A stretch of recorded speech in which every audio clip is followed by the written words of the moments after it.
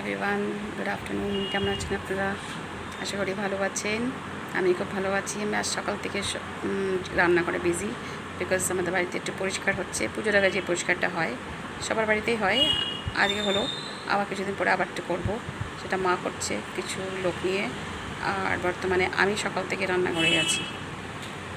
রান্নাঘরে চা থেকে আরম্ভ করে, টিফিন থেকে আরম্ভ করে, দুপুরের খাবার চাল কুমড়োর তরকারি করেছি, দুপুরের জন্য ডিমের তরকারি করেছি, ভাত করেছি, আলু ভাজা, ডাল, আর সকালে করেছিলাম স্কোয়াশের তরকারি, আর রুটি করেছিলাম, সুজি করেছিলাম, মানে সুজির হালুয়া করেছিলাম। আর রাত্রে কী করবো এখনও ডিসাইড করিনি। ওই ভাবছিলাম লুচি, একটু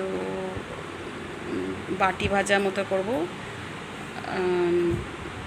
আলু বাটি ভাজা যেটা হয়, মানে সিদ্ধ তরকারি, আর সেমানে পায়েস করবো, এটা ডিসাইড করেছি।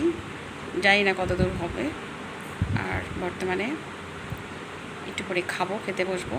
সবারই স্নান হয়ে গেছে, কিছু জামা কাপড় রোদে দেওয়া হয়েছিল, রোদ উঠেছে যেহেতু। স্যাটারডে আজকে 8 স্যাটারডে।